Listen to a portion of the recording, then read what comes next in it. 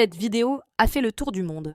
Elle prétend montrer une dresseuse, Jessica Radcliffe, attaquée et tuée par une orque pendant un show aquatique. Des millions de vues, des milliers de partages et un choc pour tous ceux qui l'ont regardée. Mais, et si je vous disais que cette histoire est complètement fausse?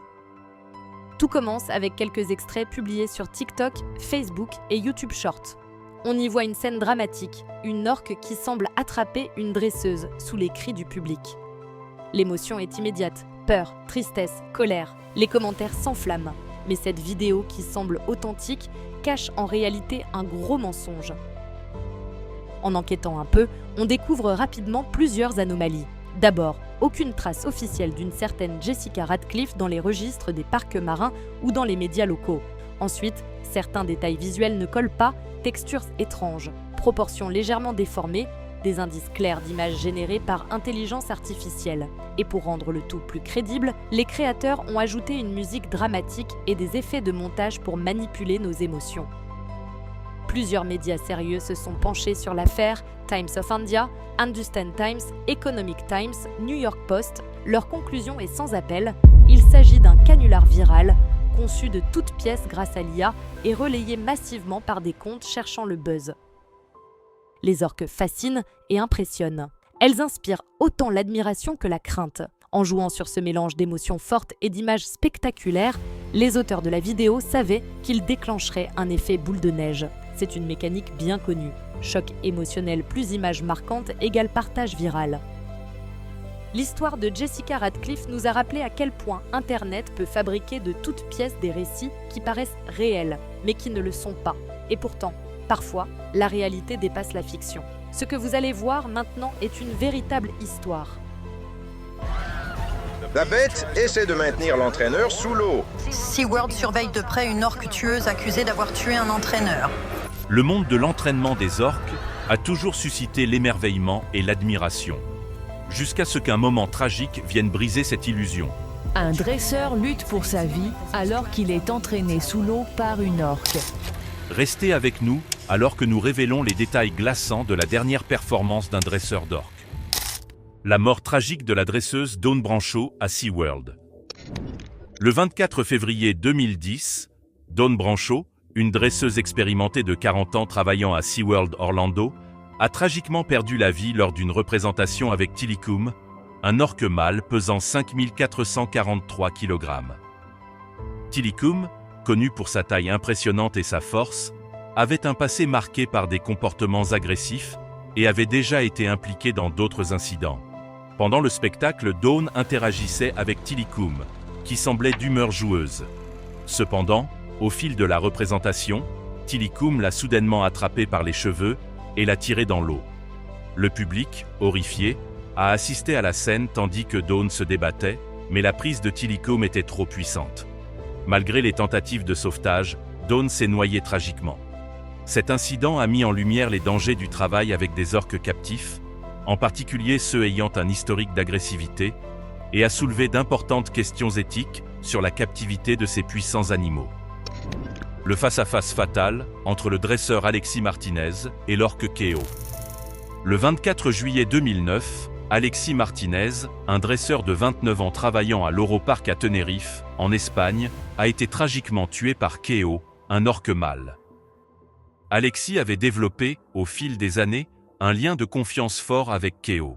Mais ce jour-là, lors d'une répétition pour un spectacle de Noël, tout a basculé. Keo, qui montrait des signes de comportement imprévisibles pendant la séance, a soudainement attaqué Alexis. Il l'a violemment poussé au fond du bassin, utilisant son rostre pour l'immobiliser. Malgré les efforts pour réanimer Alexis, le dresseur a succombé à d'importantes blessures internes causées par l'attaque de l'orque. Le comportement de Keo préoccupait déjà certains dresseurs avant le drame, et cette tragédie s'est ajoutée à la liste croissante de décès liés aux orques en captivité. L'attaque mortelle de l'orque Kasatka contre le dresseur Ken Peters. Le 29 novembre 2006, à SeaWorld San Diego, le dresseur Ken Peters a vécu une rencontre terrifiante et fatale avec Kasatka, une orque femelle de 27 ans.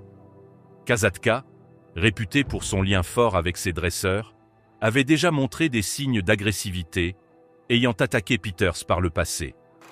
Lors d'un spectacle en soirée, Kasatka a attrapé Ken par le pied et l'a entraîné au fond du bassin.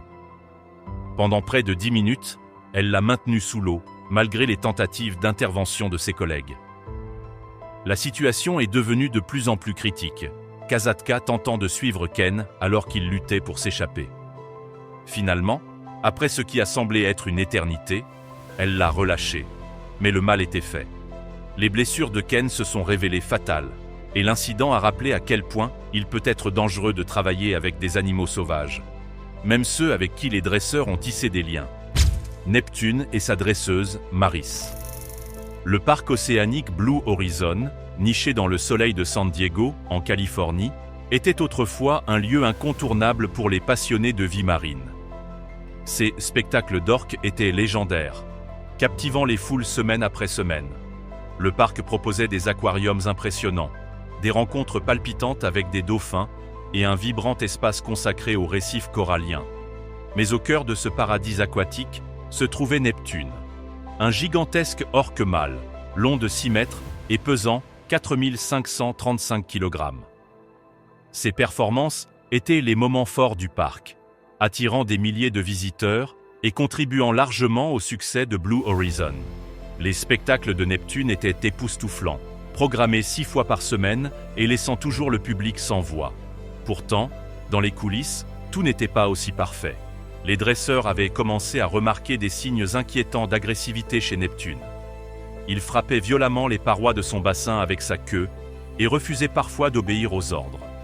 Malgré ces signes alarmants, la direction de Blue Horizon insistait pour que les spectacles continuent, privilégiant les profits du parc au détriment du bien-être et de la sécurité de Neptune. Parmi les dresseurs dévoués, se trouvait Maris Ellington, une biologiste marine de 27 ans, passionnée par la vie océanique depuis son enfance passée sur la côte sauvage de l'Oregon. Après avoir obtenu son diplôme, elle avait rejoint Blue Horizon et était rapidement devenue la dresseuse principale de Neptune. Maris était fière du lien qu'elle avait établi avec lui et minimisait les avertissements de ses collègues à propos de son comportement agressif, convaincue qu'elle pouvait le maîtriser. Mais tout le monde ne partageait pas son optimisme. Un dresseur senior, très préoccupé par l'agressivité croissante et l'isolement de Neptune, avait déjà tiré la sonnette d'alarme, suggérant que Neptune soit retiré des spectacles, voire complètement mis à la retraite. La direction, toutefois, refusa d'envisager cette option, refusant de se séparer de leur vedette. Frustré et incapable de transiger sur la sécurité, le dresseur démissionna en signe de protestation. Mais les conséquences de cette négligence ne tarderaient pas à se faire sentir. Lorsque le spectacle de l'après-midi commença, Maris avait déjà réalisé une performance plus tôt dans la journée. L'amphithéâtre était une fois de plus bondé, rempli de familles enthousiastes et d'enfants impatients d'assister au spectacle de Neptune. Malgré le comportement erratique récent de l'orque, Maris était confiante. Elle rassura ses collègues, affirmant même que Neptune était de bonne humeur ce jour-là. Avant le début du spectacle, les dresseurs revinrent une dernière fois sur les protocoles de sécurité et les signaux. L'énergie dans l'amphithéâtre était palpable lorsque Neptune entra dans le bassin, sa silhouette massive fendant l'eau. Le spectacle démarra sans accroc, Neptune répondant parfaitement aux signaux de Maris, et la foule éclata en applaudissements. Pendant un court instant, tout semblait normal. Neptune était majestueux. Mais à l'approche du final, tout bascula. Le moment tant attendu de la nage synchronisée entre Maris et Neptune débuta. Maris entra dans l'eau, et Neptune se mit à tourner autour d'elle. Elle lui fit signe de jaillir à ses côtés, et pendant un bref instant, il sembla obéir.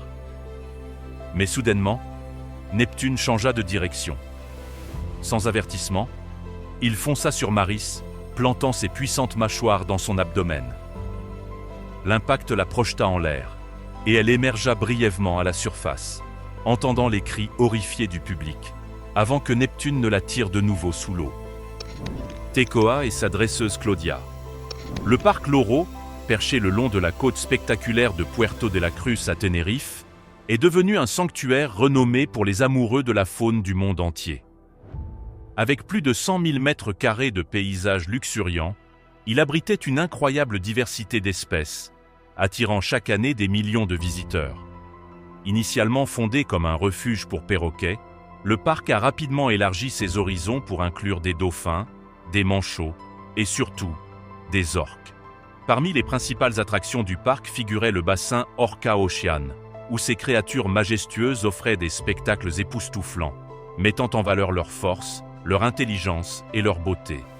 Mais derrière ces performances fascinantes, la situation commençait à se détériorer.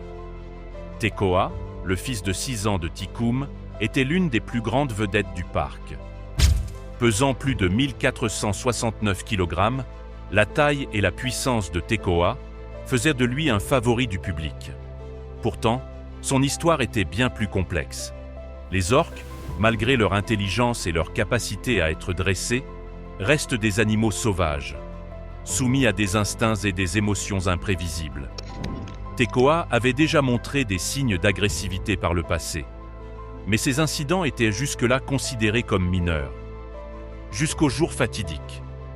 La jeunesse de Tekoa avait été marquée par l'instabilité.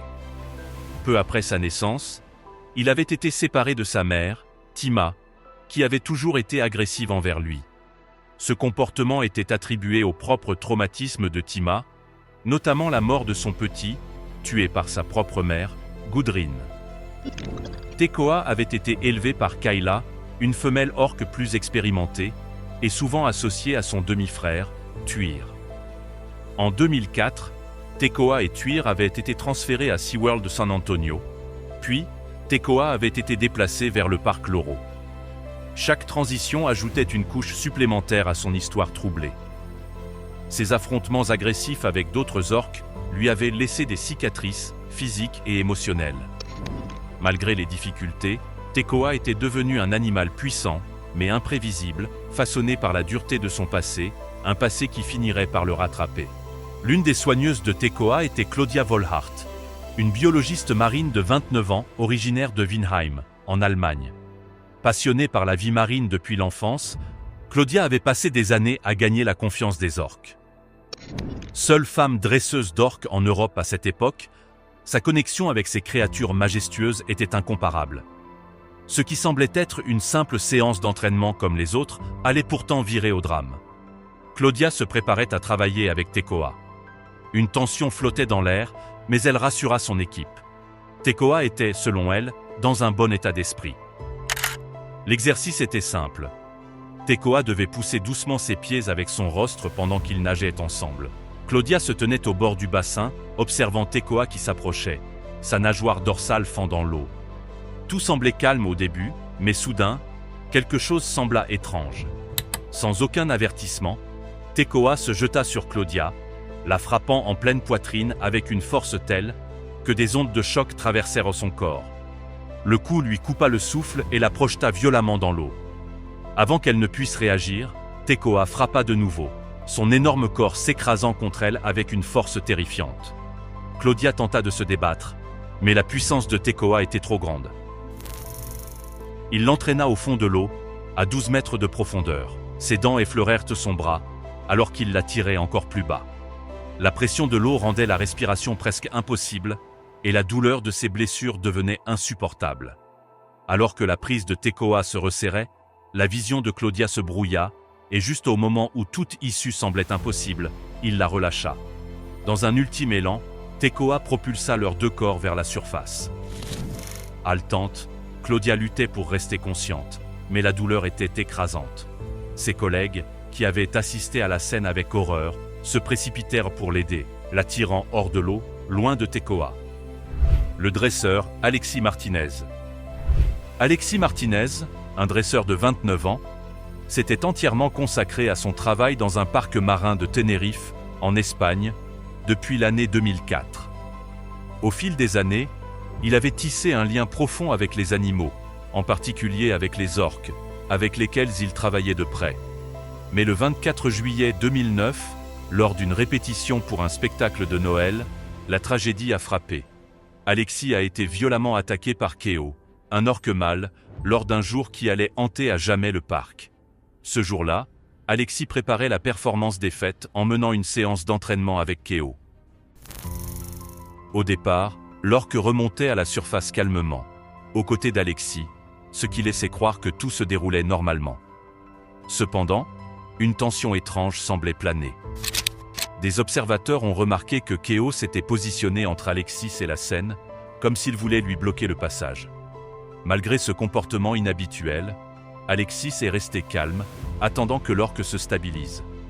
Il a lancé un signal sonore sous-marin pour appeler la scène, auquel Keo a réagi comme prévu, nageant vers la plateforme où un autre dresseur, Brian, l'attendait. Une fois Keo arrivé, Brian a indiqué à Alexis de se diriger vers un autre point désigné du bassin. Alexis a commencé à s'éloigner, utilisant un mouvement de godille pour glisser dans l'eau. Mais le comportement de Keo a de nouveau changé. L'orque s'est mis à s'incliner vers Alexis, des gestes subtils mais de plus en plus inquiétants. Brian, sentant que quelque chose n'allait pas, a tenté de détourner l'attention de Keo en lui tendant une cible manuelle, un signal destiné à reprendre le contrôle. Mais Keo a ignoré l'ordre et s'est dirigé vers Alexis. En une fraction de seconde, la situation a dégénéré en violence. Keo a utilisé son rostre, l'avant de sa tête, pour pousser violemment Alexis au fond du bassin. L'attaque a été immédiate et brutale, causant de graves blessures internes, notamment au niveau de la poitrine. Tragiquement, Alexis est décédé des suites de ses blessures, la cause du décès étant une hémorragie interne massive. Le parc, bouleversé par l'événement, a dû faire face aux conséquences. L'incident a choqué tous ceux qui connaissaient Alexis et a mis en lumière les risques auxquels les dresseurs sont confrontés lorsqu'ils travaillent avec des orques en captivité. Un employé de SeaWorld a ensuite rédigé un rapport détaillant les faits. Selon ce rapport, Keo n'avait pas suivi plusieurs signaux pendant l'entraînement, un signe d'alerte qui avait été ignoré. Dans un premier temps, le parc avait qualifié la mort d'Alexis d'accident, affirmant que son corps ne portait aucune trace de traumatisme violent. Ils avaient tenté de minimiser l'incident, évoquant un malheureux concours de circonstances sans gravité particulière. Mais après l'autopsie, la vérité sur l'ampleur des blessures d'Alexis a éclaté au grand jour. Les résultats ont révélé que l'attaque de l'orque avait provoqué des dégâts catastrophiques. Ses côtes avaient été brisées sous l'effet d'une pression intense, causant de graves lésions internes. L'autopsie a également révélé des traces de morsures sur son corps, suggérant que Keo l'avait bel et bien mordu durant l'attaque. Ces révélations ont contredit les premières déclarations du parc, montrant que la gravité de l'incident avait été minimisée pour éviter une réaction publique négative. Ce drame n'était pas un cas isolé. Dans le monde entier, on compte environ 40 autres cas d'orques ayant montré des signes d'agressivité ou réagi négativement à la captivité, soulignant ainsi les dangers de maintenir ces puissants animaux en confinement. L'orque femelle Shuka. En juillet 2012, un incident troublant s'est produit au parc Six Flags Discovery Kingdom, impliquant Shuka, une orque femelle prêtée pour reproduction par Marineland, en France. Pendant un spectacle, Shuka a soudainement bondi hors de l'eau, projetant sa dresseuse à plusieurs mètres en avant. Ce comportement soudain et agressif a pris tout le monde de court. Mais les actions de Shuka ne se sont pas arrêtées là. Elle a attaqué à plusieurs reprises sa dresseuse, la traînant dans l'eau. La scène choquante a été filmée par un spectateur et les images ont rapidement suscité de vives inquiétudes. De nombreux détracteurs des parcs marins ont supposé que le comportement de Shuka pouvait être lié à son isolement. Avant cet événement, Shuka avait un compagnon, Merlin, un grand dauphin. Cependant, Merlin avait été transféré dans une autre section du parc, laissant Shuka seul. Des experts et des défenseurs des droits des animaux pensent que l'absence de son compagnon a contribué à la frustration et à l'agressivité de Shuka. Les orques sont connus pour être des animaux profondément sociaux, formant souvent des liens très forts au sein de leur groupe. Après l'incident, Shuka a été transféré à SeaWorld San Diego. Mais le mal était fait, alimentant encore davantage le débat sur le bien-être des animaux en captivité. La dresseuse Annette Ekis et l'orque Chamu. Le 20 avril 1971, Annette Ekis, une secrétaire travaillant à SeaWorld, s'est retrouvée impliquée dans une cascade publicitaire dangereuse, mettant en vedette l'attraction principale du parc. Une orque femelle de 10 ans nommée Chamu. La cascade avait pour but d'attirer l'attention sur le parc de San Diego, en Californie, et Ekis avait été invité à monter sur le dos de Shamu dans le cadre du spectacle. Au début, tout s'est bien déroulé, et le public était captivé par la scène. Mais alors que la performance touchait à sa fin, le drame est survenu. Sans avertissement, Shamu a violemment projeté Ekis de son dos. En tombant dans l'eau, l'orque lui a saisi la jambe et a commencé à la pousser dans le bassin. La situation est rapidement devenue critique. Ekis était prisonnière de la prise de Shamu. Les dresseurs, postés au bord du bassin, ont immédiatement réagi. Ils ont tenté de sortir Ekis de l'eau, mais Shamu ne lâchait pas prise. Les puissantes mâchoires de l'orque étaient refermées sur sa jambe, rendant toute intervention difficile. Désespérés, les dresseurs ont été contraints d'utiliser une perche pour forcer Shamu à ouvrir la gueule afin de libérer Ekis. Une fois sortie de l'eau, elle a été évacuée sur une civière. Les blessures étaient graves. Ekis a nécessité 25 points de suture pour refermer les plaies béantes causées par la morsure. Après l'incident, elle a intenté un procès contre SeaWorld pour ses blessures. Cependant, malgré la gravité des faits, la Cour a finalement annulé l'indemnisation financière qui lui avait été accordée, la laissant sans compensation. Ken Peters et Kasatka. Le 29 novembre 2006, SeaWorld San Diego a été le théâtre d'un incident terrifiant. Kasatka, l'une des 7 orques du parc, a saisi son dresseur, Ken Peters, par le pied, pendant un spectacle en soirée à l'arène Shamu.